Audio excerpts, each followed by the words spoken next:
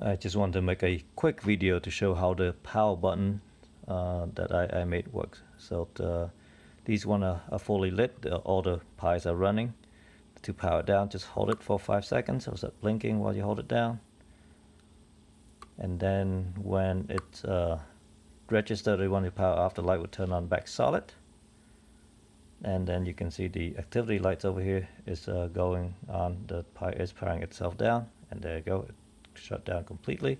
Light dims, and you can see the power usage drops a little bit. We'll do the same for all these guys. Just hold down until it go back to solid.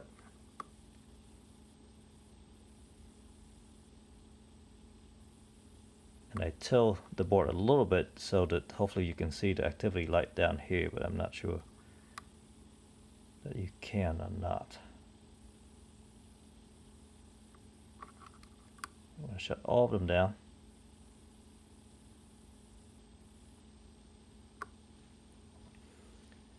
And you can see the power usage is dropping. Of course, the hub itself, the USB hub itself, is using probably 120 milliamps. And then at idle, these pies use a little bit of power as well. That's accounted for the 280. Now in this stage, to power it on, just hit it once.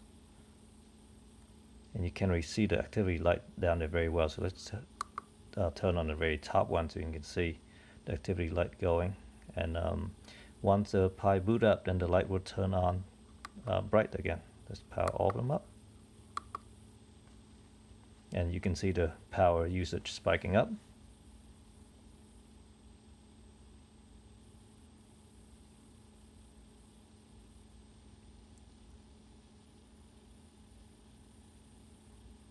And we're just waiting for it to come up. It takes a little bit.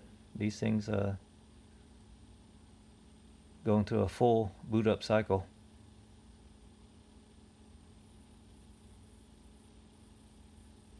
Then of course I expect this one to come on first, and then this last one, and then the three in the middle in order. There you go, the first one came up. We'll drop to 900 milliamps now.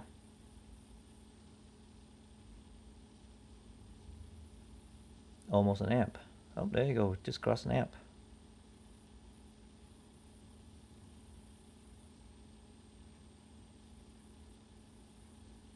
And then they should settle back down.